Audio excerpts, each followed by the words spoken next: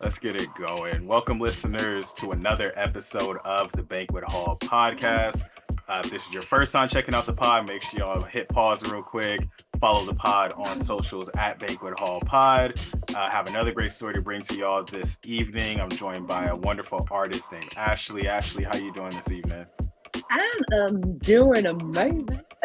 How are you? I'm doing well. Thanks for asking. Listeners, I feel like we already had like a pre-podcast that wasn't recorded. So we got the energy going already. The vibes is right. We got drinks poured. We got fans going because it's a little hot outside and inside, but we in to have a good time. Lately, I've been starting these episodes out with a random icebreaker question. And before we started recording, we were talking a little bit about road trips and reading maps. One, people really need to start getting a sense of direction. People really don't be knowing where they be going in these streets, and it's a big concern of mine.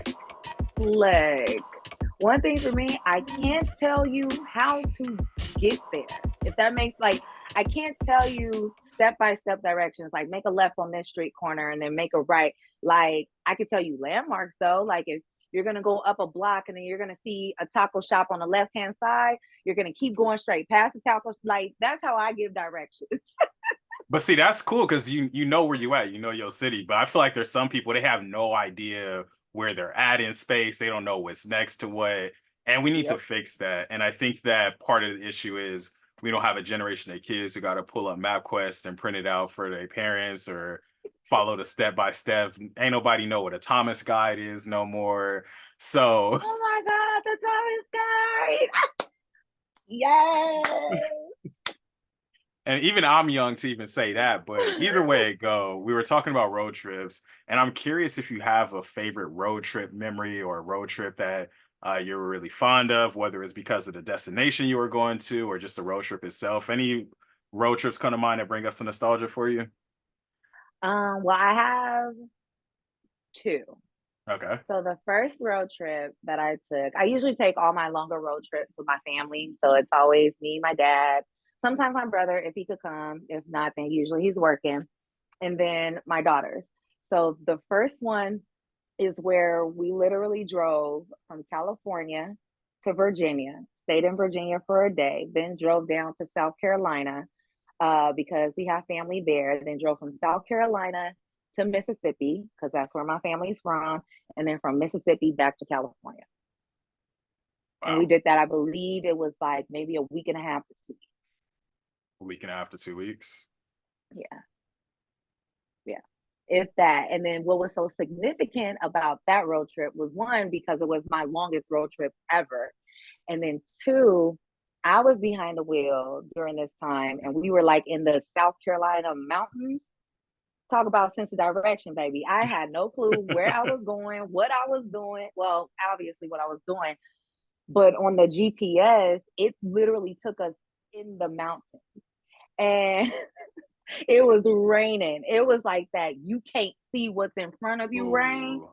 And it's dark as hell. It's dark as hell. I can't see nothing. I'm literally up on the steering wheel like this. And Sitting all everybody is, close. I was sitting close because I was like, I can't see. I can't see nothing. And then everybody's asleep except for my dad. Well, I thought everybody was asleep except for my dad. So me and my dad were just like, he's like, just focus. I was like, I am. I just want to get out of this rain. Eventually we do. We find some like random gas station. And my mom got out the car and she was like, girl, you were so close to that edge. I thought we was gonna tip over. I was like, I was. Why she ain't say nothing? Why you ain't say nothing? You just letting me drive. You ain't say. I'm thinking she's asleep. No, she was awake. She was like, oh my God, you were so close. I was like, but nobody said nothing. Nobody said nothing to me. She So wasn't asleep. She was praying you didn't go over that edge. that's probably what it was. But I wasn't. Because even my dad was like, I have a heavy foot. All my friends who have ever been in my car, I have a heavy foot. Rain, sleet, snow. Ashley got a heavy foot. So during this time, I was really like concentrating on like slowing down. Like I was like, okay, Ashley, you can't be going fast. You know, you got these curves, these bends. There's a freaking semi truck behind you. There's another semi truck in front of you. There's cars passing this way because it's only this way and going that way. That's it. So I was like, oh Lord, just get me off this, just get me off this road, please. So yeah, that one was very, very significant. And then the other one, it was one of our normal like summer road trips back to Mississippi. And we stopped at this gas station. I don't remember where it was, but I know it was in New Mexico. So when I do my road trips, I could drive for a very, very long time. Like Me they too. literally have to kick me off the wheel. So during this time, all I usually when I'm driving, all I need is some pistachios and something to drink. Usually it's like, I'm so serious. Just give me like a big bag of pistachios, That's the blackest some thing I've ever music. heard.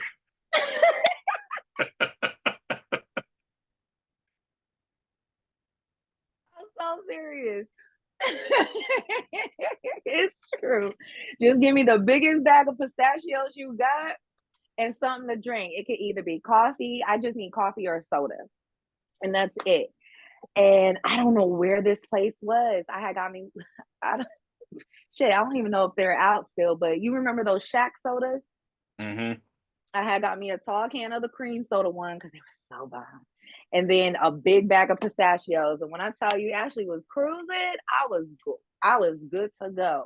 But what made that one so significant is because those pistachios were some of the best I've ever had. Mm. And I still, to this day, I have no clue what gas station we stopped at. All I know it was in New Mexico. Dang. So yeah, yep. I don't know what it is about a bag of pistachios in the driver's seat of a car. That just feel real black to me. Because it's kind of like sunflower seeds, Yeah. probably. But real black in the best way possible. I mean, no shade by that. It's just like real, like that feels like family, like my granddad in the Right. front seat with his policies. Right. Like, so you doing good over there? All right. Yeah, yeah. Oh, I love it. Because I'm the same way. Like when I'm on a road trip, we leave. We ain't really stop until we need to get gas. I'm good. I got the music going. Especially nowadays when you don't gotta change CDs in the CD Yep. changer, you can just have your playlist going. Yep. And so I think I'll give one good example of a road trip that comes to mind, and then one poor example of a road trip because I think we could talk for a full hour just about bad road trip etiquette. Come But on now. Mm. I'll start with the good one. And I haven't been on a cross country road trip to like a Mississippi. Like I haven't been on a road trip that lasted that long. My Okay. longest road trips have all just been bottom of California to not all the way at the top of California, but like the Sacramento area. And Okay. so one of the ones I always like thinking about is in high school when my mom and I went on a college road trip because I don't think we had ever really been on a road trip where it's just her and I. So going to these college Aww. campuses, it's my first time visiting colleges. Like I'm on these college campuses for the first time with my mom, and we drove across California, and it was good vibes. So that's always I one I look love fondly. it. Opposite side of that was this road trip. I ain't gonna say it's a road trip from hell, but that road trip was so annoying. And What? it was a group of us. We was all young. We was in college. And I think it was one of those cases where a lot of people hadn't been on one of a road trips where we on a mission. Like we not stopping every 2 hours to Oh, eat yeah. light. And so Yeah. people wanted to stop all the time. And so we get to the first gas station stop. I'm like, hey, like, even if y'all ain't got to go to the bathroom, go to the bathroom. I'm treating them like my kids at this point. Like, just Yes. go in there. Yes. You got to though. Anybody who drives with me on a long road trip, like my parents know, I don't stop. We are not stopping. We're not stopping for food. We're not stopping for you to pee. This is your time now. Get I your don't care. snacks, get your Get your drinks, get the backup drink. right. Do your stretch. Do whatever you got to do. Because once we get back on this road, Ashley not stopping. We not stopping. And Oh so my I God. fill I'm up the sorry you had to car. go through that. I fill up the Cause car. ooh, People go pee. And then they get back in the car. Then I'm ready to go. Someone's like, oh, actually, I'm going to go to the bathroom. Nah, dog. We ain't doing this right now. we not doing this right now. Cause you really want to do this right now. See, something like that would make me upset. And then I would be the type of person to be like, you know what? Drive me to the nearest rental car place and I'm gonna buy my own rental Driving car myself. and y'all have at it. I will meet you there. Cause I don't have time. I don't that will drive me crazy. That would drive me crazy. Now that I'm an Travel adult drug with free. adult money, I might do that. But I was like 19 in college. I couldn't do that. Yeah. No, But I couldn't do so that either. But yeah. it was that stop. And then I remember on the way back, it was late. And once it started getting late, I'm really like trying to get to the destination. And so we're on our way Mm, back to LA. We stopped at Roscoe's for dinner because like our final stop was San Diego, so we're like about to have a nice dinner. Then we get in the car, we go make this final push. And mm-hmm. so we eat dinner, and then me and the person who had shotgun got into the car. I turned the car on. I look back, and we're in an SUV. It's like 7 people on this road trip. I look back, nobody else is in the car yet. And so I get out the car, I'm like, where are y'all? What y'all Where doing? y'all at? Ashley, when I tell you these people, and if y'all listen to this podcast, I know I sound like I got a lot of animosity towards y'all. I do, honestly, Oh, because shit. it's all love, but there is animosity there because they was debating like, oh, well, so and so sat on the left side on the way down, so now they need to sit on the right side. So and so needs to sit in the middle. So and so needs to sit in the front. I'm like, nah, G, we What not are doing we, all six? this.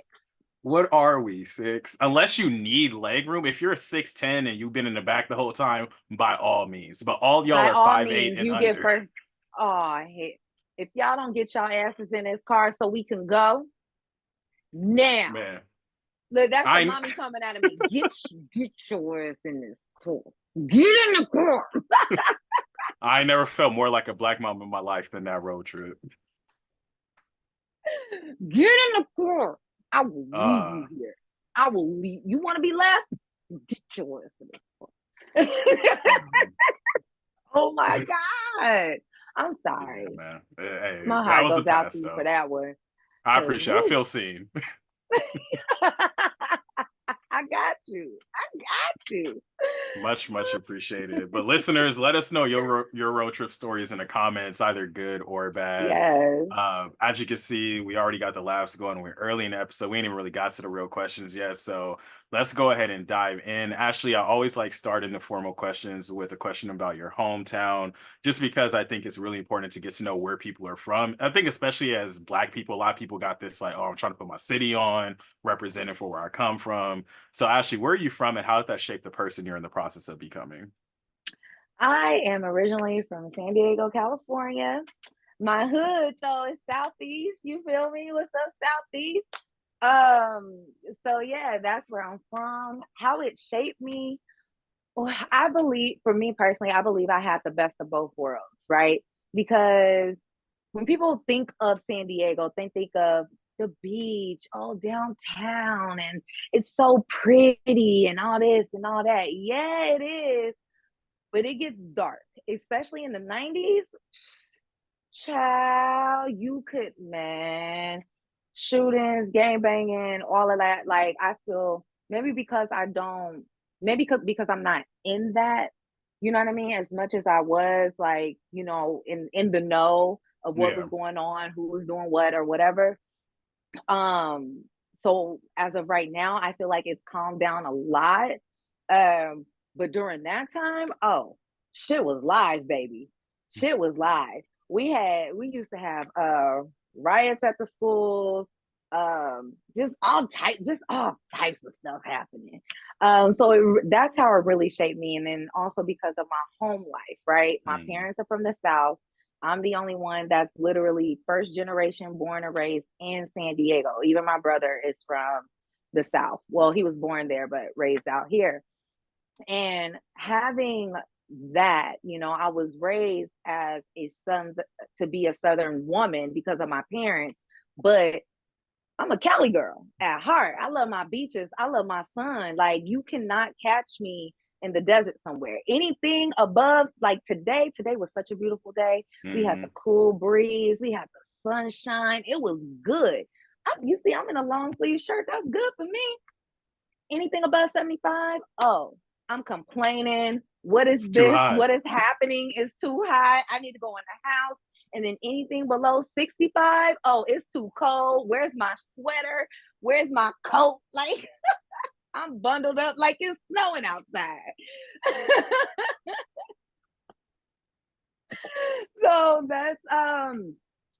this is home. Like, this is home. As much as sometimes it gets on my nerves, it is home.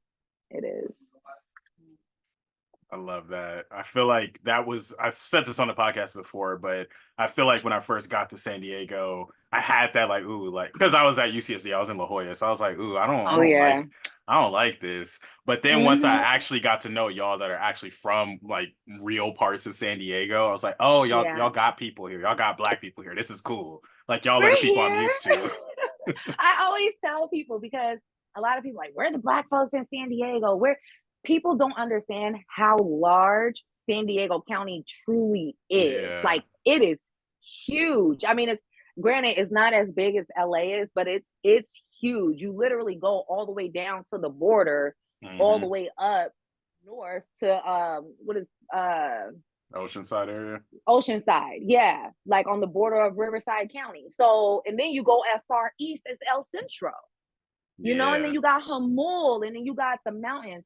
And that's what I really, really love about San Diego is because you can have the beach, but then you also have the mountains. You can go see the snow, or you can go to what they call the backwoods back home in the south. You can go to the backwoods and you can see some cows. You can see people got chickens. They got horses. Like you can go into the rural areas and see all of that. So you literally have all of that in this big old space, but a lot of people honestly don't venture out that far. So they just Right. think, oh, well, all San Diego is just beaches and partying and bars. And, you have your couple of like open mics and things like that. But no, San Diego is much, much more better than that, for real. Absolutely. And I always appreciate when y'all have the opportunity to y'all talk about Southeast San Diego because y'all love Southeast. y'all love where y'all from. And I have no choice but to love and respect it. And I think that that's part of the reason why I enjoy podcasting because I want more stories about the people who grew up in Southeast San Diego because when I tell you up in La Jolla, they talk about Southeast San Diego like it's just science project and just like, ooh, like Southeast San Diego, like the kids down in the Southeast. I'm like, all right, like I get this, the schools is under resourced, but we talking about humans here. Right. And that's it's crazy because a few years ago, probably about maybe 2 or 3 years ago, I got a little fun fact, right? Where in La Jolla, that actually used to be where all the black people live. Hmm. But then they started, gentrifying shit and moved everybody down to the south. Now they gentrifying the South and trying to move everybody all the way up north to Temecula and shit like that. Hmm. And I always tell people, if you have a house in Southeast, by all means, do everything you can to not sell it. And the reason why I say that is because it's literally in the middle of everything. You are 15 minutes away from downtown, if that. You are about maybe, I mean, well, the way I drive, you're 15 minutes away from the beach, but you're about 20 minutes away from the beach, you know? Like you're like where my parents live, they're literally central to everything. They're near the 805, the 15, the like all the prime highways, Hmm. right? So you got a house out here, please, please, I beg you, try your hardest not to sell it because Yeah. if you do, you are not going to be able to get it back. You're not going to be able to move back here. I have a story about that. My uncle used to live out here. He used to stay right around the corner from us.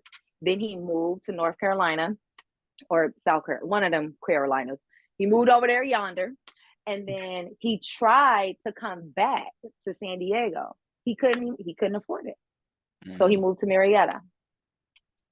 That's how crazy. That's how prime it is out here, and people come out here to vacation, baby. So don't sell your home, okay? We live in a Yeah. vacation area. Go somewhere else. Visit over there. I guarantee you're gonna miss your home. Guarantee. Ain't that the truth? And that's why one of the sayings I started hearing is like, don't like y'all need to stop selling grandma house. Like, yeah, we need our property, we need our communities, because that goes back to our stories and being able to tell our stories. You want to be able to say like, Yes. my great grandma grew up in this house, her daughter grew up in this Yes. house, etc. Yes, exactly. And I tell my parents that all the time. Like, you ain't got to worry about me. This we ain't selling this house. Even if I move somewhere else, rent it out, Airbnb it, or just keep it, to where if I come back in town, I will always have a place to stay. I ain't got to worry about nobody's hotel or rental car or whatever the case may be. And it's the same thing when we go back home to Mississippi, right? We still got our grandma's house. We got my uncles and stuff like that. So we always have a place to stay. And that's another way that I look at it, right? You'll always have a place to call home, a place to lay your head. I love that. Yeah. Southeast. Shout out Southeast Dago. But let's go ahead and get into the art. For those who are watching on video on YouTube or Spotify, you might see Ashley got the easel in the back with her name on it. I'm assuming you painted the painting behind you as well, but I could be wrong. Yeah. I did not. Okay, I just assumed it was in the background because you painted it, but I painted this one over here. I did, but this one I didn't. I do. Okay. I collect other artists too, and especially when people give them to me as gifts, I that's like, it warms my heart, right? So yeah, this one is a painting of Erykah Badu. I did not paint this one. This was given to me as a gift, and this one I did paint. So yeah. Okay. Well, I don't ever want to limit people to titles or labels, so I like giving people opportunity to define themselves. So how do you define or describe yourself as an artist or creative? A creative. I define myself as a creative because I'm always, I like my hands and stuff. I love to create. I'm all getting tongue-tied because it brings me so much joy. But whether it's like scrapbooking, making waist beads for myself, making a vision board for myself, just cutting stuff, gluing stuff, just trying different mediums, you know what I mean? I look at art as a way of therapy. I look at art as a way of definitely self-expression, you know what I mean? And sometimes, because I started off as a poet, sometimes you just don't have the words to say it, you know? So for me personally, if I don't have the words to say it, I'm gonna draw it out. I'm gonna paint it out. I'm gonna do something to get that going and to get those juices flowing, you know, because you never know what may come out of painting can be turned into a poem, or what turns into the poem may go into a painting. So I call myself a creative because that's literally what I do. I create. I'm always creating something. Hey, I hear that. And you mentioned like it brings you so much joy. And I think that's coming out in how you sound, like your mannerisms. Like you could definitely tell that this is something that brings you a lot of joy. And I think when I come across artists who have so much joy in the craft that they do, it makes me happy to support those artists and follow those artists because, like, oh, you really like this. You're not just trying to make a buck. You're not just trying to make a name for yourself. Like, nah, this is you. This is Ashley. Yes, exactly. Exactly. Anybody can tell you, like, when I talk about art, it's like, oh, what we doing? Oh, what we painting? What you doing? What you got going over there? Oh, add this color. Okay, you don't want to do that? Okay, try this.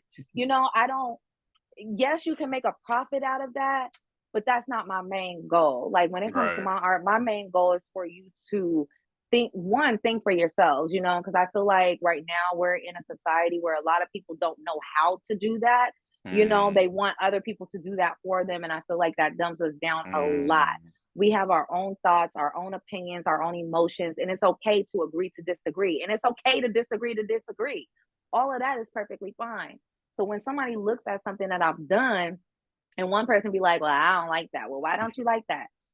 I want to know why exactly don't you, what feeling, what emotion, what is that? You know, I want to know. Yeah. Because that honestly lets me know that I'm doing something right. To be honest, that lets me know that I'm doing something right. You not liking my artwork does not define who I am as a creative. You know, it feeds me because I'm like, yeah, you don't like my shit. There's a reason why you don't like my shit, you know? Yeah, I love it. I love it. I live it. I breathe it. Yeah, it's me. Yeah, it's part of your essence for sure. And Oh, yeah. I like what you said about like poems becoming art, art becoming poems, because I've definitely come across times where I'm like, I know I have something to say. I know what I want to say, but there's no words or combination of words that really exist. I need to like visualize. I need to show you, which is why Yeah. something that I've been thinking recently is I've been learning more and more about how to translate what I write as poetry into like screenplays and scripts because of like I can eventually Ooh. like write a movie for this because there's some stuff I'm like I don't want to tell you the words. I want you to see it acted out. Like this is what this means. Yes. And I can imagine Yes. that's similar for going from poetry to painting, where it's like, okay, I know how to say this as a poem, but I need you to see this painting. And that's why I like artists medium because you'll never know the full story behind a painting unless you talk to the artist. Exactly. And I love that. I love that about us, right? Because especially in this type of world that we live in, everything is so quick. Everything's quick, quick, quick, quick, quick. So if I put out a 6 second clip of what I just painted, and then I'm gonna if I do decide to write this long caption of how it came to be, and all this, ain't nobody gonna sit up there and read all that. Let's be honest. Ain't no, I mean, I might because that's just Yeah. the type of person that I am, but the vast majority of people are not going to sit up there and read it. They're going to look at it. Oh, that's pretty. Like, maybe comment and then move about. So that's what I love because I want people to come up to me and be like, so what made you choose that color? Or what made you choose that medium? Or what made you choose that subject? Or, because all of my paintings have stories. They really do. And I want people to come up to me and be like, "So what made you do that? Like where were you at in your life to make you decide to paint that?" Mm.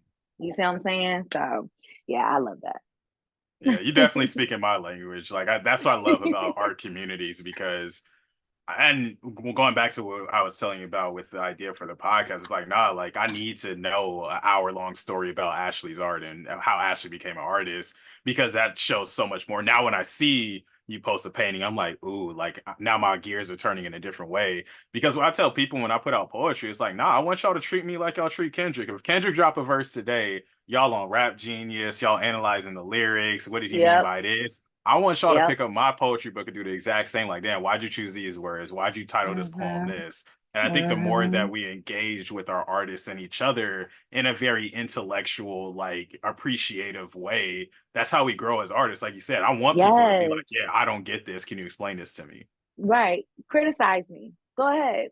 I want to know what your thoughts and your opinions are, right? Not to say that I'm gonna follow whatever you say, Yeah. or not to say like, you know what I mean? Like, oh, they don't like me, or oh, they thought it was a flower when really it was the sun. Like, like no, I want your own interpretation. Because going back to what you said about like Kendrick Lamar and music is the same exact way. It's the same exact way. Somebody could be talking about something else, and then somebody dissects it and they think it's this, and then somebody else be like, no, I don't think it's that, it's this. I think that's the beautiful part about it because it's that dialogue. You create a dialogue when it comes to art. So yeah. Shout out to Kendrick. I like Kendrick too. Oh yeah, I love me some K Dot. Literally, my last poetry book I just put out. So much of those poems are written after like just listening to Kendrick Lamar because I engage with music the same way. Where I'll listen to the song and then the more and more I listen to, I'm like, ooh, like did you hear this sentence he just said or this metaphor? Because sometimes you sit Yes. and be like, damn, that's like way deeper than people give like credit for, or give Give time to credit for. really Mm-hmm. appreciate. Yeah, Mm-hmm. man. I encourage Yeah. y'all listening. Like, if y'all really engage with your artist friends, you may think that something's just a line on a piece of paper, but I promise you they thought about that line for an hour. Oh yeah, most definitely, and probably a week. Probably a whole week. They wrote it down like, yeah, okay, we're gonna put that down. We're gonna come back to that, right? We're gonna work around it and we're gonna come back to it. Yeah. One of my favorite, all-time favorite artists is Big Crit. I I like Big Crit. love me some Big Crit. And he kind of reminds me of Kendrick Lamar, but of course he has more of that like southern twang and stuff like that. But he be spitting some dope stuff. And it's kind of like you when you listen back to Kendrick and you're like, ooh, okay. I do the same thing with him. I'm like, dang, did he just say that? Hold on. How did I miss that? Let's rewind that back, player. What you say? Oh shit. Okay, okay. So yeah. Yeah. I feel so seen through this episode. I hope there's artists listening to this that feel just as seen.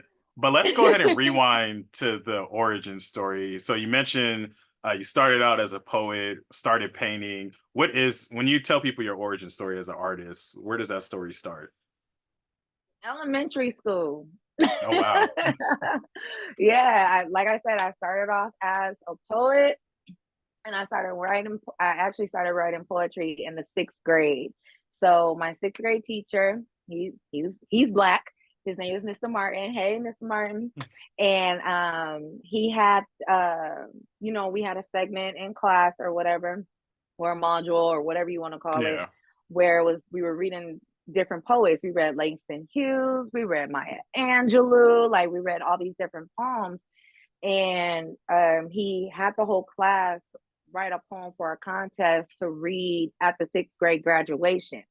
I won first place. Okay. And it was based off of Maya Angelou's poem, Still I Rise. I still have the poem. I don't ask, I have no idea what it says, but I have it in the archives.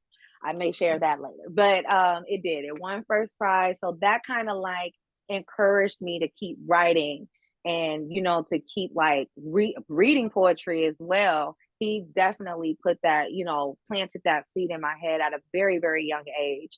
And then I just continue with that. I got a funny story, but I continue with that into middle school. And then while I was in middle school, I actually started reading a lot of urban novels. So like Fly Girl, shoot, they're not popping into my head. I was reading Zane at the time. Now, mind you, I'm in middle school. I shouldn't be reading this, but my mama was cool with it. So, hey, that's all I gotta say. So, yeah, I was reading those types of books. And so at that time, I started writing a lot of erotic poetry, right? So I started writing a lot of erotic poetry. My teacher confiscated my poetry book, and she read it, and she wouldn't give it back to me because she was like, well, I was always writing in class, right? So and I didn't know she read it until after the fact, because she told me that I couldn't get my poetry book until she spoke to my parents. So I came home. Now, mind you, my dad read my poetry at this time. So I'm talking about all types of raunchy stuff at this age. And I'm not doing any of this, but I'm talking about it because this is what I'm reading. I'm what like, you're reading, okay, right.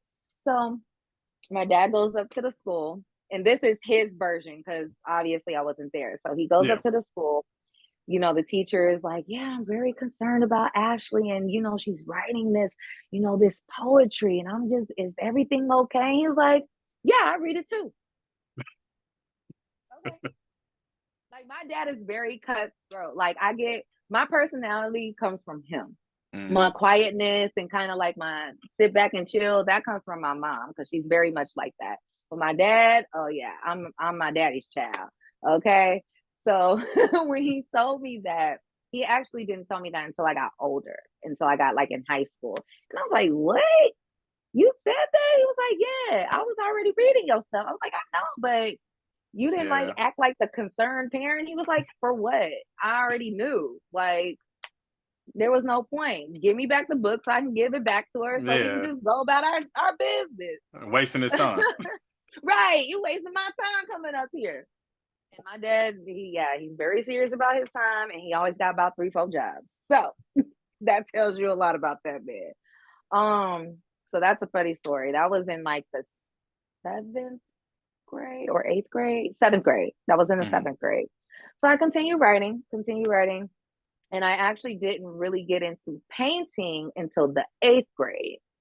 And we took like a basic, painting class. This is when art was actually in school at the time. And I had home ec. Okay. And I was like, oh, okay, we can mix colors. We can do all this. Okay. I like this.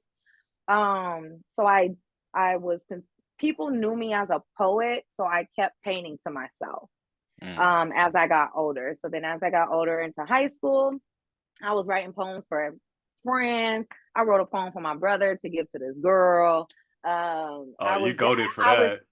I was that person. I was that girl. Come to ask you for a poem. I got you. And I didn't charge. I was a good friend, okay? Oh, you real.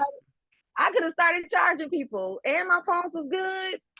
Come on now. But but yeah, I continued with both of those as I've gotten older. And then just not just recently, let me rewind a little bit. Mm. So as you know, I was performing and doing all of that, and then I stopped. I actually stopped because it was during the time where I had just graduated from college and my best friend passed away around the same time. And that was very, very hard for me because I used to live in Hawaii and then I moved. Look, I'm moving all over the place. No, take your time, Pastor. Look, I'm like, right? Okay. So after my first year in college here, because I went to Grossmont, I got married, moved to Hawaii, and then moved back to San Diego in 2011. So that's when I was really kicking up the whole poetry thing. And the open mic thing was really me and my best friend's thing, because he could sing, but he wasn't like trying to take it serious. But that boy can sing. And he actually got me going like, nah, we gonna go up on the stage. Because I am very much a shy person sometimes, okay? So he actually pushed me to do that. And so when he passed away, it was just like I wrote a poem about his death, and then I didn't have anything else to say after that. Remember, it goes back to when you don't have anything else to say, you paint, and that's where the painting comes in. Because I had nothing to say. I was just like, well, there goes that. So I actually just started performing again. Okay. I performed for the first time in a long time in LA with my homeboy P Smooth. And he's a rapper. So I did a record with him.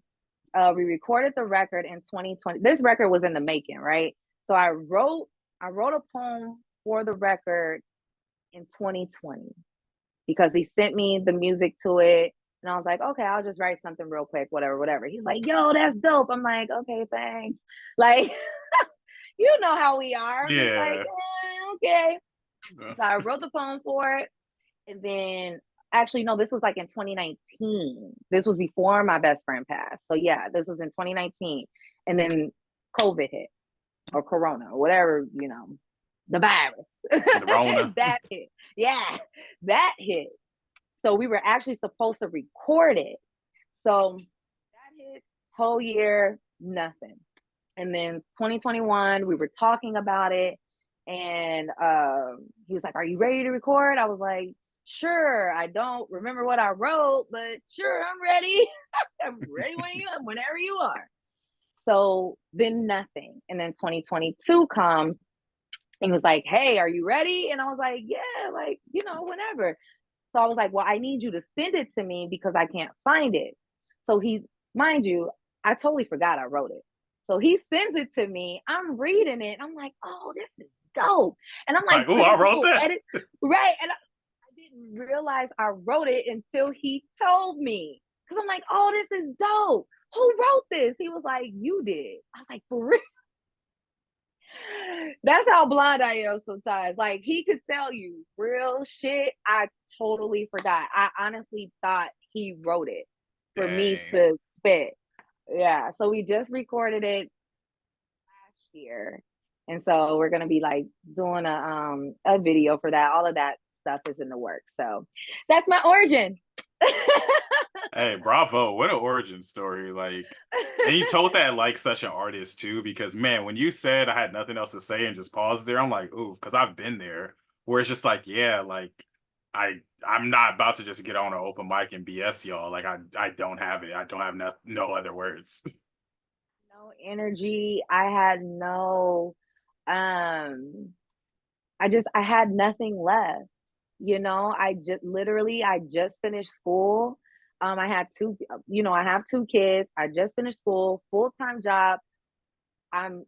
I have one of the happiest moments of my life, and then one of the people closest to me died.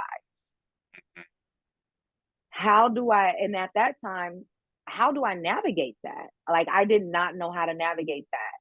And it was really like, grieving is everlasting forever thing. I don't care what anybody says. You definitely grieve at your own time, because at that time I felt like I couldn't grieve because it was right around his birthday.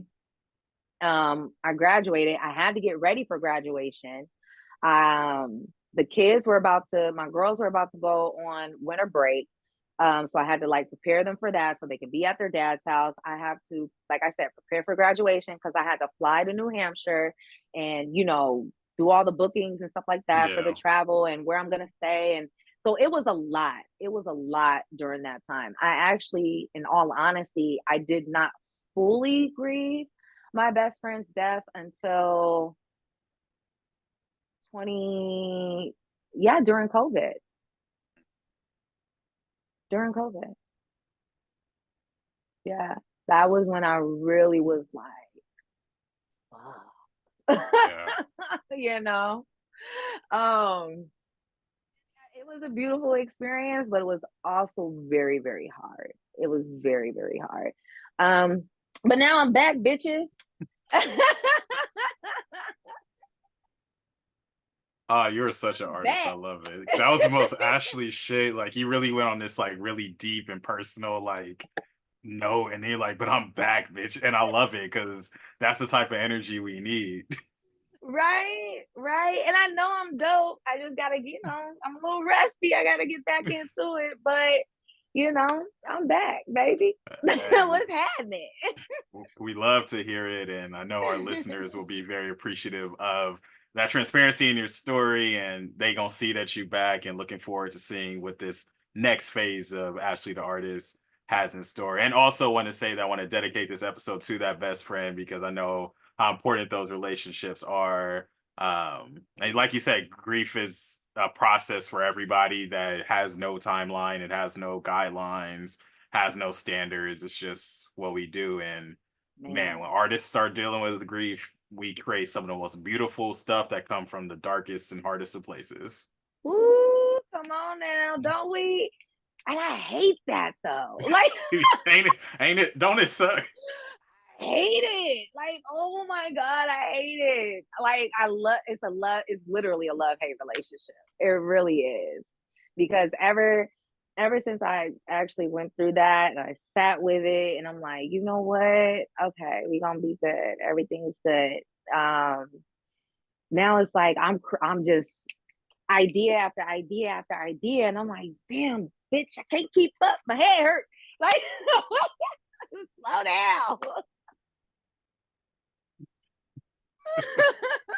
But I love it because, like you said, so much beauty comes out of that, and then it's kind of like you're a brand new person after grief. It's so weird. It is so weird. And like I said, he was at that time, he was the closest person to me to pass away. So it was just like, holy shit, like, damn. Man. But yeah, shout out to Jericho. Love you. That was his name, my best friend. Thank you for sharing that lovely story, and makes me just excited to like revisit some of your work too. And like, I'm probably scroll through your art page and look through some of the paintings and whatnot. Do you remember when you first picked up the paintbrush? You mentioned like your first like bat with poetry, but what about when you first picked up the paintbrush, or what that painting was, if you remember? My mama still got it. She still got that damn painting. My first time picking up a paintbrush was at school in art class, and it was the picture of the sun. So the lesson, or I guess the homework assignment really was so you have your sun in the middle. You could paint the sun whatever color that you want, but its rays had to be the colors. Like on this side, it was the warm colors, and then this side, it was the cool colors. So mine was a yellow sun with the cool colors and the warm colors, and in the back it was black. So that was like my first painting ever, Wow. ever. Yeah. And my mama And the still way got I will say, the way you say your mama it. still got it, make me feel like you don't like that painting that much. I don't. I don't. It's so typical school assignment, little kid did it kind of thing. You know what I mean? It's cute, but it's like you could have did better. You know, you just yes that. You know you Yeah. did. You know, it was one of those things. It'd be like that. Like whenever somebody brings somebody else up, like, man, throw that away. Like don't bring that up to me. Why you still got that? Why are you showing me this right now? Like, don't do that. Don't do that to me. I got something better. I can show you something better, right? It's one of those. I got, Exactly. I got some better stuff in the trunk. You want to see it? That right there. We don't want to see that. We don't want to see on, that. on to bigger and better things. What about Yeah. the vibes? Set the vibes for me for when you're in that zone when you're painting, or the environment you like to create to start a painting, or what gets you inspired to pick up a paintbrush and start a new piece. Ooh. Okay. So there's there's two different sides. Let's hear it. Okay. So the ideas that I get my dreams, most of them do. Most of them, I'd be having some weird, vivid dreams. They come from my dreams, and then the I would say half of them comes from my dreams, and then the other half comes from music. I love music. I grew up on music, all kinds of music, all kinds of genres. Little fun fact about me: my dad used to be a DJ, right? Mm, So we're gonna go a little bit back into the origin. So my dad used to be a DJ, and he used to get these tapes, the cassette tapes from the record companies. They used to send it to him so he could listen to it, and he would do reviews. He would do reviews for it to say yes, it's a hit, no, it's not. So I used to listen to those, and I mm. used to tell him like, yeah, this is good, no, this isn't good, right? Using me, he should have paid me for that. I want my residuals. No, I'm just playing. I want my money. No, but child labor. Yeah, I have to low talk key. about that. Look, that's child labor. Hey, But don't let this podcast start family beef though.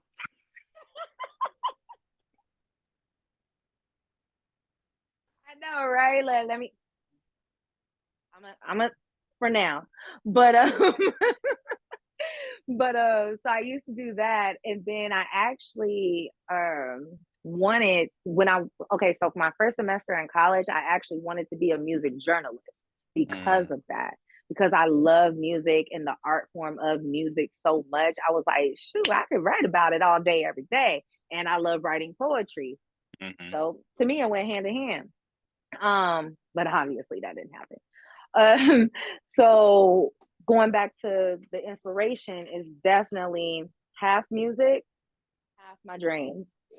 Sometimes I blend them both. Sometimes I don't. Sometimes they come from music videos. Like I painted, like I said earlier, Big Crit is one of my favorite artists. Um, so he in one of his music videos, it was like a still shot of like him and another guy, and it like turned into like a Basquiat painting. And Basquiat is one of my favorite artists in that genre. So I actually painted that. And that's my own personal piece. I ain't selling that shit. But it is on my Instagram if you want to see it. Um, and yeah, that's kind of where the inspiration comes from. Now, depending on what I'm painting, I'm either this might sound a little weird, but whatever. I might I might be listening to some type of crime documentary, Mm, or I might be listening to my cassette tape. I do have mm. a Walkman. I have it's a Walkman for real. Um, Shout out to eBay. Um, and that's kind of been my new thing. My new hobby is collecting. Well, I've been collecting vinyls for years, but cassette Mhm. tapes and making mixtapes. I found this little thing on eBay where I can make mixtapes. Baby, your Oh, girl been in you here on. jamming. Oh, let me tell you, them Lil Wayne mixtapes, making them. Okay. One of my other like all those Dat Piff and whatever mixtapes. Oh, your girl's making them. Okay. Um, so I'm either listening to the cassettes or I'm listening to a crime documentary. It really depends on the mood that I'm in. Mm-hmm. I'm always pouring me a drink. Okay. I gotta have my yak. So it's either wine, it's either tequila, or like one of these little mixed drinks that I'm drinking Mm-hmm. right now. Something like that. I light a candle and or incense. Just to get those kind of like, feel good vibes going on. And I just set up the easel, or if I don't have my easel, I lay in my bed and create. I create till I can't create no more. I go to sleep and try to do it all over again. Hey, do it all over again. That's the move. I have two Mhm. follow-up questions for you, at least Yeah. two. The first one, let me find out you're gonna be in the Target parking lot selling mixtapes on the low. Hey, hey, if y'all buying them, I will sell them. You hear me? I actually thought about it. I ain't gonna bullshit you. I was like, I wonder if people would actually buy a cassette mixtape. I'm sure And there's it a market for it. See, but I just really love music, so I probably wouldn't even sell them for much. I Yeah. probably sell them for like $5 a tape, Hey, but maybe even that, maybe like that's $3 a tape, depending. I, I think that's what make it hot though, because it ain't costing you much money to make it, and you're not out to It try. really don't. You're not trying to rob people and sell $20 Mm-mm. mixtapes either. So hey, No, not at all, not at all. Unless you can't find it, it might cost you. hey, we love an upcharge. But no, the more serious question, or more on topic to what you just said, because you mentioned there's always a candle or some incense. I love creating to some incense. So what are some of your favorite scents to create to, whether it's favorite candles you got or favorite incense you like to burn? Like I love a Nakshampa, I love a dragon's blood, I love lavender. The lavender, honey. It's something about that lavender. Oh man, look. Lavender I got magic in definitely it. it does. Love lavender. Anything with spearmint in it. Eucalyptus is like my number one top Mm, favorite. I'm trying to think. I have so many incense. I'm like a low key hoarder when it comes I am to too. when it comes to just smell goods. Period. Lotions, perfumes, candles, incense. I'm a little bit of low key hoarder. So, trying to think. What else do I like? Oh, anything citrusy, like especially orange. I Mm, love orange scents. So yeah, I would say lavender, spearmint, eucalyptus, and orange are like my top favorites. awesome. Oh, And and not to, sage too. oh, we love sage. Yes, yes. We love stage for real. Mm. Not to be an enabler to your candle hoarding, but whenever somebody mentions candles on a podcast, I have to plug my cousin. She make her own What she candles. got? Ooh, Stash Candle Co. She got a candle called Black Excellence. She got Pink Mimosa. She got a church candy candle. So the Stash Candle the Co. wait. You said church candy. Is it the red one? It's the yellow one, I think. Oh, I'm gonna send you her Instagram, but every time somebody do makes that. a mention about candles on the podcast, I have to Oh, plug. of course. Especially if it's good product. Look, slide her on over, so Oh I can yeah, go ahead and stock on up. oh yeah, definitely good product. Supporting black businesses. As soon as I saw she had a Black Excellence candle, I was like, I gotta know what Black Excellence smell like, and I love it. She got this other one called It Was All a Dream too that I really like. But yeah, definitely check those out. Okay, I will. I got you. I will. I'll let her know you sent me. I I love me a appreciate good that. candle. We all do. Let's get more to kind of behind the curtain of life as an artist. We've talked a lot about some of the ins and outs of being a creative, and the question that I've kind of started asking people on the podcast, or not kind of, but I have been asking people on the podcast: what do you wish more people knew about the life of an artist? Because I think when people see somebody painting, they might think, "Oh, this person has this just natural born God given talent. They just do this." But what are some of those things that might be lesser known parts of your life as an artist? It's hard out here for a pimp when you're trying to make this money for the rent. Man, When the Cadillacs and gas money spent will cause a whole lot of bitches jumping ship. That's what I want y'all to know. amen. Real shit. It is hard. It is hard. And it's not hard to the point where it's like um depressing or anything like that, like on a serious note. But you were in college. I was in college too, right? You ever you ever get to the point where it was so hard to it was like, man, I know that I could do something else. There was Like there's got plenty to of be another way. times, right? There's got to be another way. I want to do this because I want, what I really want to, and I have passion for it. I know I can go far with it, but there's got to be another way. There's been plenty of times when I was in college, and I was like, you know what? Maybe I should be a stripper. That ain't too bad, is it? And then I look at my daddy like, damn, I can't be a stripper because my daddy knows everybody. So it's Damn. like, shit, I can't even do that. And I ain't gonna drive to LA to be a stripper. I don't even want to do that. So it's like everything just falls. And you're just like, well, shit, I might as well just keep going, right? It's kind of like that. And then another thing too is what I wish to see more of is artists who also work. The artist who also works, because as we know, when it comes to social media, you only see the good.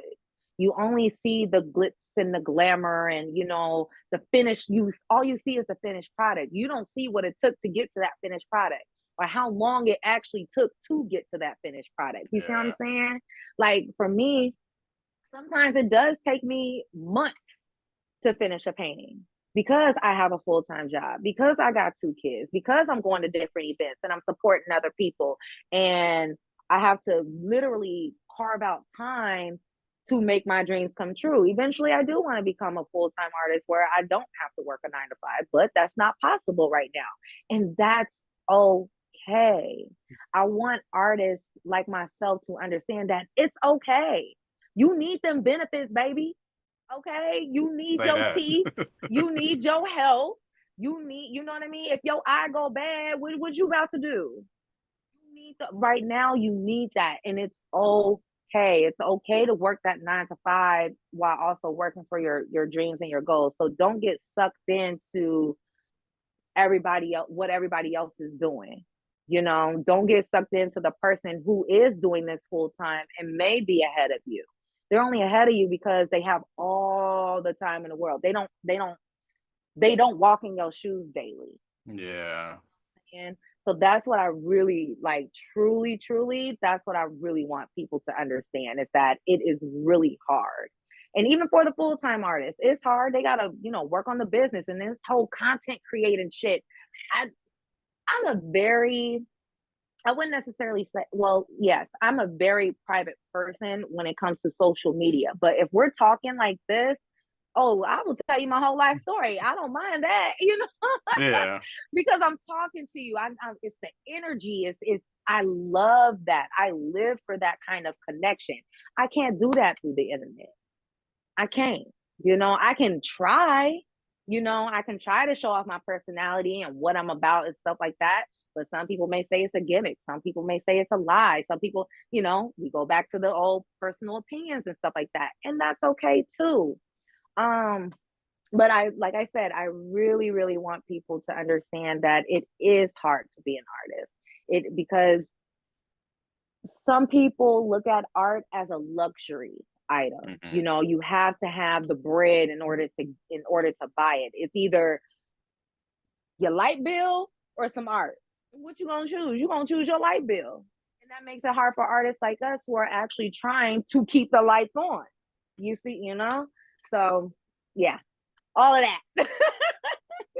All of that. Hey, you nailed it, because that light bill or the art, but we need you to buy the art and we got to pay our light bills. There's just so many layers to it. And I think that's really important for people to be able to hear, especially even that piece about, hey, sometimes you're going to knock out a painting in a few weeks. Sometimes it's going to take several months. And one thing I always appreciate having artists who already know that and being able to affirm and validate in other artists, because one of my little homies, Kiana, she's an artist, and I commissioned a painting with her, and she was like, "Oh, I'm not gonna be able to finish it for like several months because I got like school and whatnot." I'm like, "Yeah, like I kind of want you to take your time with this. I don't want you to rush and give me some BS. Like I want you to feel completely present and able to do what you need to do to create Yes. this art because yeah, we're human beings. Like as soon as like you mentioned being a mom a few times in this podcast, but as soon Yeah. as you said like, yeah, I got two kids, I'm like, well, shit, if I had two kids, I would not be an artist right now.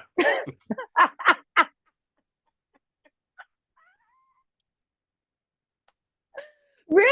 Why not? I'm lying. I'm saying that because I don't have kids. Yeah. Like I would for sure, I would still be an artist, but I wouldn't be a podcaster and poet. I would probably just be a poet. I don't know if I would take time to record a podcast if I had kids to take care of, depending on what age of kids.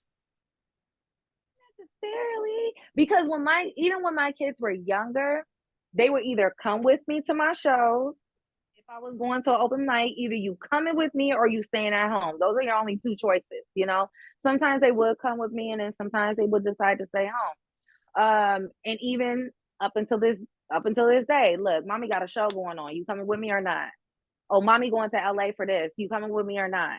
I always give them that option to see me in that element. And they've seen me in that element a few Yeah. times. I've even had to drag them with me to different events. Now, you come with me to this art event, especially my oldest daughter, because she is an artist.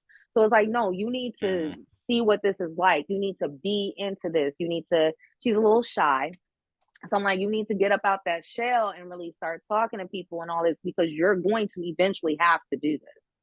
So I want you to see how I move, Mhm. with genuine, with love. Like I'm not shading nobody. I'm always talking. You already know. I'm always talking to somebody. I'm always kiki calling with somebody, shooting the shit. So I want her to be. I want her to see that. I want to be that Yeah. example for her. So if she does decide to do this long term, she'll be like, "Oh, okay. I remember when mom took me to whatever, whatever. I know how to act and be in those types of environments." So yeah, and those are my babies. What it may sound bad, but I've conditioned them very well to where it's like I don't really have to worry about them. Like Mm. prime example, they're a little older now. Yeah. They're 14 and 12, but even like a few minutes before we started, I told them straight up. I said, "Look, mommy's about to do an interview. Don't bother me." "Yes, ma'am." "Okay. All right. All right. Don't come in this room until I walk out of this room." Period. "Okay." And I've been doing that with them since they were younger. If Yeah. I'm on the It's good phone, parenting. yeah, if I'm on the phone, don't be in grown folks' business. Get out my business. What you want? Ain't nothing. I ain't got nothing for you. "Well, mommy, I want. You got a whole refrigerator. You got a TV. You got this. You got that. Don't come over here bothering me. Wait until I'm done." "Are you dying? Is you bleeding? No? Okay, goodbye." Like Oh, I love it. I my love it so much. philosophy. That has literally been my philosophy since they were younger. So yeah. While we're here, what I've been doing on a podcast whenever I have a mom on a podcast, I always like to have a mommy corner segment. So I would say the question I usually ask is when your daughters, if they tune, I'm assuming they go tune into this podcast. So when they tune into this podcast and they hear mom talk about her journey, what's your message for your daughters as like they navigate this life and they see mom doing mom thing? I'm not as crazy as you think. I'm not as crazy as you think. And no matter what anybody else says, if it does not feel right to you, don't do it. I don't Mm, care what the fuck it is. Don't do it. If it's a show, if it's a phone call, if it's an interview, if it's whatever the fuck it is, don't do it. If it does not sit well with you, do not do it. Another thing I would tell them is, man, the world is your oyster, yo. You have a lot more resources than I did at your age. Um, a lot more resources. Like I had to go to the library for my shit. Like, and I ain't that old. You feel me? Like I am only in my 30s, but still, you know. Utilize your resources. Utilize your Yeah. resources. Talk to people. Pick their brains. I have so many useless facts in this head of mine just from talking to other people. Like it's Facts. crazy. You know what I mean? Educate yourself. Take other people's opinions as your own. Listen to Mm. yourself. It's okay to disagree with somebody. Read as much as you can because we Please couldn't. read. Please read. We couldn't read. You know what I mean? It was illegal for us to read. We would get killed. We would get our hands chopped off. Some crazy shit would happen to us because we wanted to educate ourselves, because we wanted to be better individuals. Now you're in a time where you can do that freely. Utilize it all day, every day. And lastly, oh, what would I tell them? Mm, what would I tell them lastly? Lastly, I would say I am always here, no matter what you do, no matter the mistakes you've made. Cause trust me, mommy got some stories. Okay. Um, I I was just telling my cousin 3 days ago, like I literally feel like I've lived 4 lives because I've done so much in a short amount of time. You Mm. know, and that's a look, that'll be a whole nother hour, 2 hour That's podcast. episode So two. yeah, that's part two. We'll get to part two later on. Um, but yeah, just you can always come to me no matter what it is, no matter how bad you may think it is. I promise you, it's really not that bad. It's really not. You just gotta sit down, think about it, navigate through it, and you'll come out on the other side better than what you ever imagined. But you have to go through it. You have to. There's no other way around it. In order for you to grow, you gotta go through some shit. Period. You cooking. This is gonna be a bunch of people listening to this podcast who can benefit from what you just said. And so yeah, definitely echo a lot of that and go for it. No, I was gonna say real shit. Like that's how I actually talk to them like that. I don't hold back when it comes to them, when it comes to telling them the truth about life, about what they may experience as they get older and as the world is rapidly changing. I just told my oldest daughter last month, I told her straight up, nobody's gonna love you as much as I do outside these 4 walls. When you walk outside, that's it. You are to the world. So when you come home, don't be afraid to talk to me. Don't be afraid to cry and to scream and show your emotions. You know what I mean? But when you walk out that door, oh, you're on your own, kiddo. Because I'm not there. I'm at Yeah. work. You know, I'm at work. You at school 8.5 hours out of the day. I'm at work 8.5 hours out of the day. So yeah. Yeah. That's I beautiful. That's very love my beautiful. I, babies though. I love my babies. of course. Ashley, you said that you didn't think you could talk for an hour on a podcast. We already going over the I hour know. time frame, having a blast doing it. But want to get us to the tail end of the podcast so I can get you going on your evening. First thing first, let's go with what is your Zen place? Either a physical place or what set of circumstances bring you to a place of Zen and at a peaceful state of mind? The beach. The beach. I my kids have oh shit. My kids have only seen me cry twice in my life. Well, in their life. Um, the first time was when my best friend passed away, and then it was another time just a few months ago. Well, my oldest daughter actually. She's only seen me cry twice. So the beach is where I go to like ugly cry. You know, that ugly snot that heaving for air. That's That's where I go to ugly cry, to zen, to talk to the ancestors, talk to God, talk to the spirit. I talk to everybody and anybody who could help a sister out. You know what I mean? Man. Or who's just looking out for me. Like that's where I go. So definitely the beach. It's something about the beach. It's something about water and the sound of the water that just like I don't know. It's a feeling I can't, you know what I mean? I really can't explain it, but it's just that Mm, feeling where it's just like my happy place. mm. It's my happy place. So yeah, definitely the beach. I rock with it. When's your birthday? Are you a water sign or do you know what your sign is? I'm a Libra. A Libra. When's your birthday? October 3rd. October 3rd. Okay. I always I'm a rock with Libra. Libras. My dad's a Libra, so I love the balance. That's why I like your energy, the Yep. balance of the scales. But you want to know what's the crazy part? I'll tell you my big three right now. My sun sign's a Libra. I'm a Cancer moon. I'm a Mm, Leo rising. mm. Some It people gets fun listening up. like I don't know what the hell that mean, but I know, right? It gets fun over here, honey. Like it's a party with me. No, just like for the people that don't know, just real short.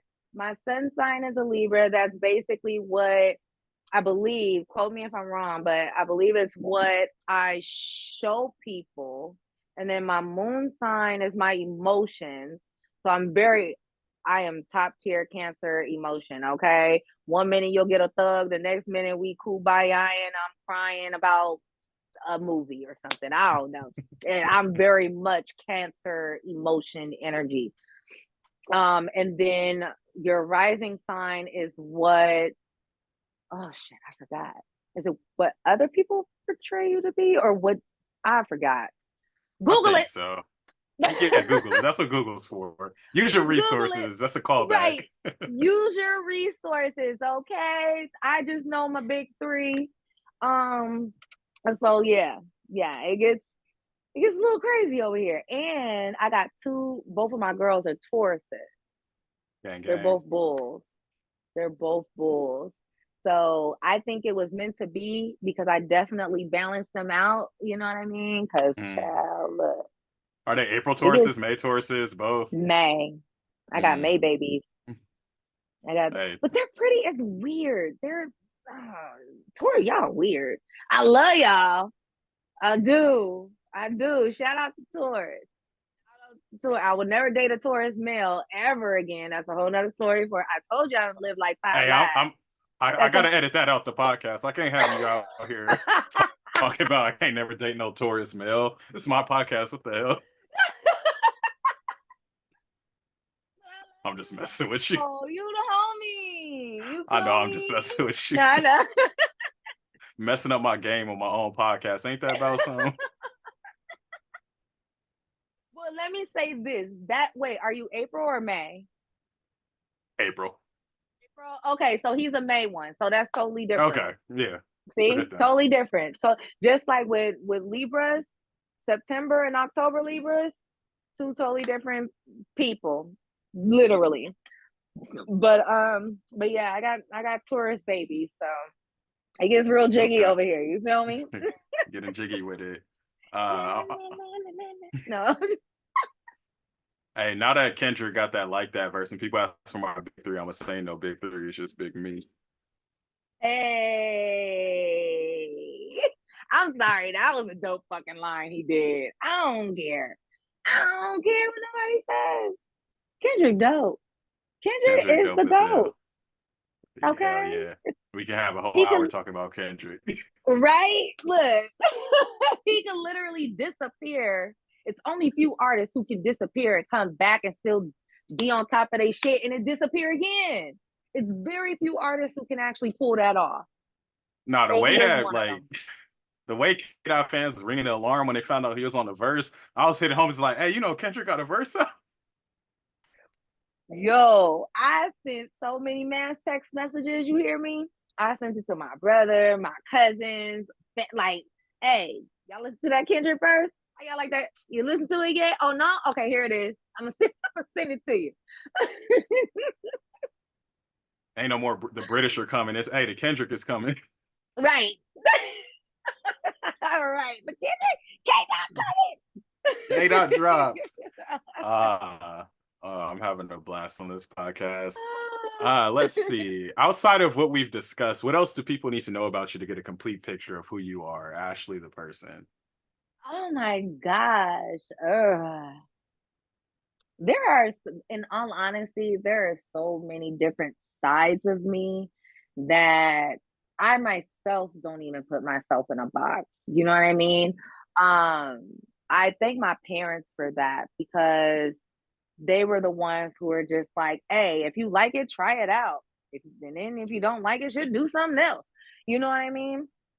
Um, so most definitely, like, I'm not what you think I am. Hmm. I'm not what you think I am. Because a lot of people be like, oh, well, that's an artist and they're like this and they should act like this. I am the complete total opposite of what you think I Hmm. am. What else? I am a big softie sometimes, but don't try to roll up on me. Don't Don't try do her. that. Don't try me. Don't try. Please don't try me. I'm from Southeast. Don't try me, okay?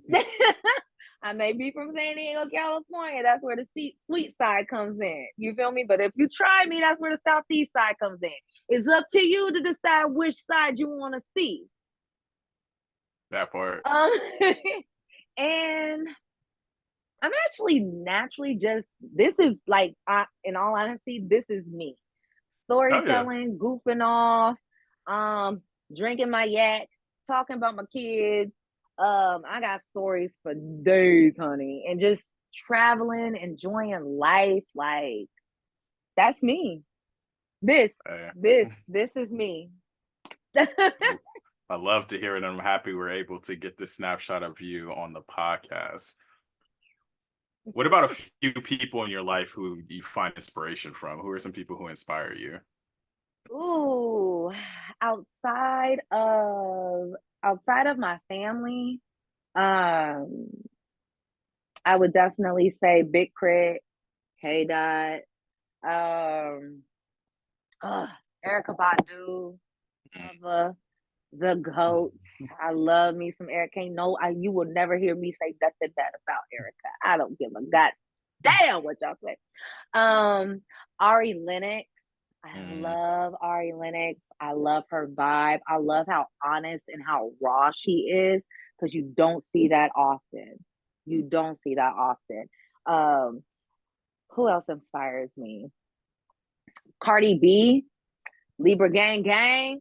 Love me some Cardi. I actually followed Cardi from when she first started up until now. So I really respect her grind. I really respect her honesty and her authenticness with everything, you know, it even with all the backlash that comes with being authentic. Because let's be honest, people say they want the real, but when you give them the real, they be like, oh my God, you did that? Oh no, you know, and it's like, yeah, yeah. bitch, you know, it's life, shit, goddamn, what you want me to do? Um, music, art, people, hearing other people's stories, talking to other people, vibing that energy, um, all that good shit. All that good shit. All that good shit inspires me. So yeah. Amazing. What about recommendation corners? So recommendations for any books, podcasts, movies, songs, any piece of content that you feel either A, people just need to listen to this more or check this out more, or B, something that's like, oh, if you check this out, you'll learn another part of who I am. Mm, book recommendations. The Mastery of Self. I think it's by fuck was his name? Don Juan Luis. He's the same one that wrote the Four Agreements, I believe. Hmm. Because it's a father-son duo, so I always get their names mixed up. But the book is called Yeah, The Mastery of Self. Don Miguel That Ruiz. yeah, there you go. That book helped me out so much, so much with just really discovering who I am, where I want to go, and how to be in this world. You know what I Mm. mean? That one, the four agreements, that one as well. Um, what else? Oh, the autobiography of Dorothy Dandridge. She's also a really good inspiration of mine. She's actually been an inspiration of mine since I was a kid, in elementary school. So the autobiography of Dorothy Dandridge, um, Sacred Woman by Queen Afua. I think what else? What else? That's all I can think of right now. But Hey, those are like the top. I always go back to those books for either reference or just, for some inspiration, or if I just want to read it again. So yeah. yeah. Oh, four recommendations is plenty. I appreciate that. Where can Yeah. people find where can people find you? How can people support you? I know that you're not just painting out here. I know you do sip and paints, if I'm not mistaken. How can people I engage with you? do. All right. So for the sip and paint, I do have a paint party business, a sip and paint party business. I am mobile, so I will come to you. I'm on IG, and then I also have a website. So the IG for that is Paint Sip Vibe SD. And then the website is paintsipvibesd.com. So that's that. And then for my regular schmegular art and my lifestyle, and I'm not one of those artists who just post my work. I also post the process of my work, but I also want you to see kind of like what I do. Like, I love to go outside and dance and twerk and all of that. You may not see some twerking videos, but you'll see me dancing and stuff like that. I love to go wine tasting. Wine tasting is one of my big things. And I have friends, and you'll see all of that. You'll see art, my life, all that. But you won't see my kids though. I do not post my babies. Unless it's their birthday or something major. But Yeah. anyway, you can catch me on Instagram and TikTok at Art X Ashley. So it's Art by Ashley, but it's Art X Ashley. So yeah, that's my TikTok. I was trying to get into the whole YouTube thing, but we'll backtrack on that a little later. But yeah. Hey, the content creation thing is a chore, so we get in where we can fit in. Yo, tell me about it. Okay. But yeah, you can catch me on there, and don't be afraid to hit me up, DM me if you have any additional questions. Drop your comments below. I will definitely answer them. Yeah, I'm low key an open book, but don't get too personal in my life because you might get cussed out. So keep it cute. Okay. Hey, I'm happy I didn't get cussed out on the podcast then. Nice. I could never cuss you out. You've always had good vibes and good energy. You know what I mean? So I I appreciate won't cuss that. you out. You good. What about manifestation corner? Any shameless plugs, any shout outs, anything you want to manifest on this podcast? Oh, I manifest amazing and beautiful people coming into this realm of artistry and connecting with you, and just understanding that not every artist is the same. We don't come from the same background, but we do have the same destination. All we Mm. want to do is inspire y'all. All we want to do is encourage y'all and motivate y'all, and to look at art not just as a luxury, but we as artists, we are documentarians. We document things. We either document our lives or the things that we see. So don't just look at it as like, oh my God, I can't afford it. Nah, one day you're going to be able to afford it. Mm. Okay. I manifest thousands of views and follows and money of abundance just flowing through, and just a beautiful and amazing life for Mm. everybody. I felt that one. For everybody. I love that manifestation. And then final question of the podcast is lessons learned corner. So what are some takeaways or lessons learned for you for this episode? And then what do you hope our listeners are taking away with them? For me, from this episode, one, I didn't know I could talk for like a full hour, and I think we're going past that because look at God. Um, one of the biggest lessons I've ever had in my life, as an artist, was to don't I'm trying to see how I can word this. Don't look at other people and think that that is the way to do it. I have to do it that way in order to get to where I need to get to. Um, don't look at procrastination as you suck, or you being too tired or too busy or something of that nature as like, oh my God, I'm never gonna, make it and my life sucks. And Beyonce had 24 hours. Yeah, but Beyonce also got a maid, a butler, a driver, and all these other things. She also had a father who quit his job to to help her out with her career. Not all of us have those things.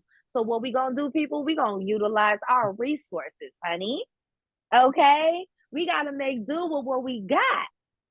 That's what we gotta do. So that's what I personally had to learn that, and it was a hard lesson to learn, but I'm so glad that I learned it. What I want people to take away from this podcast is I honestly just want you to be inspired by my story and to be motivated to go after your dreams, even if you're not a creative, even if you're not an artist, whatever you want to go back to school, baby, go back to school. If you want to start reading music, get you some books. There's shameless plug here. I'm not getting paid for this, but not everybody can afford a book off of Amazon. There's a website called thriftbooks.com. It's literally a thrift store for books. Get you a cheap book, $5, $6. Sign up for their rewards. You can get some more free books. Utilize your resources, okay? No, but I definitely don't stop. Whatever you do, don't stop. You can rest. You can take a break. By all means, pour back whatever you're pouring out into the world. Make sure that you're pouring all of that back into yourself, because if not, you are going to burn the fuck out. Trust me, I've been there. You don't want that, because it's going to take you a little bit to get back up, okay? So don't give up. Take the rest, take the break, travel, be with family, fill your cup back up, and then get back to it. But whatever you do, don't stop. That's it. Perfect lesson for our listeners to take away with them. Real quick, I would say for my takeaway, I think just as people, as artists, when you really move in what you want to do, what you like, what your true values are, what your true mission is, what your life purpose is, you're going to make good whatever. Like if you really set those good intentions and you're moving forward in a pathway that's truly yours and not influenced by what other people think, what other people are liking. Like there's millions of podcasts out there who get way more views than this podcast do. I could have just sat back like, you know what? I don't need to make a podcast, but I knew that I have a lot of people in my life who I've encountered through open mics where I'm like, yeah, like they'd be a dope person at their story told. Like I enjoy this person's energy, I enjoy this person's vibe, and more people can benefit from just engaging with this person. And whatever the saying goes, like a rising tide carries all boats. Like I really want to make sure that we have all our boats in this water and that we're able to rise together. So Yes. yeah, I've really enjoyed this episode. Ashley, it's been great catching up and chatting with you, and I Hey. feel inspired, so I know our listeners are going to feel inspired. It's been a fantastic episode. I can't thank you enough for your time. Thank you for having me. This was like one of the best interviews I've had. Like it was Wow. really fun. I mean, I got to talk for a goddamn hour, and I didn't know that was possible. So look, and I ain't even tipsy yet. This is me sober. So imagine what you get if I had a couple shots. No, I'm just playing. Hey, well, maybe your second appearance on the Banquet Hall needs to be a sip in pain. Hey, we can make that happen. We can Hey, make that happen. let's do that. But Let's do no, that for seriously, sure. thank you so much. I appreciate you. Your energy is always, always, always been good. Never any bad vibes from you. Never any bad. Nobody's ever said anything bad about you. And even if they did, I probably wouldn't listen to because I'm a little hard headed like that. But um, I appreciate you. I really, really do. I do. Oh, it's definitely received, and I appreciate you appreciating my energy and protecting my energy in these streets. Yes, Listen, baby. listeners, we gave y'all 5-star content. Make sure y'all leave that 5-star rating wherever you're listening. Leave a thumbs up, hit that subscribe button, like, subscribe. You know all the influencer stuff. We got to end every single episode, whatever we do with. Y'all know the deal. Just go ahead and support it. Stop playing around. Make sure y'all follow the podcast at Banquet Hall Pod. I know some of y'all came specifically for Ashley's story. Make sure y'all stick around for some of the other stories on the podcast. And I forgot to say this when this episode started, but if I'm not mistaken, I'm dropping this episode on my birthday unless something changes scheduling wise. So this will be the official introduction into Taurus season. So definitely starting Taurus season off with a bang with this energy. Make sure y'all leave comments, engage with Ashley, book that sipping pain, and we out here. Ashley, thank you so much for your time. You said you didn't know if we could talk for an hour. We've been on a Zoom call for an hour and 42 minutes so far. So we did it. We did it. Mama, I made it. No, just wait. And listeners, we'll catch y'all next time. Take care.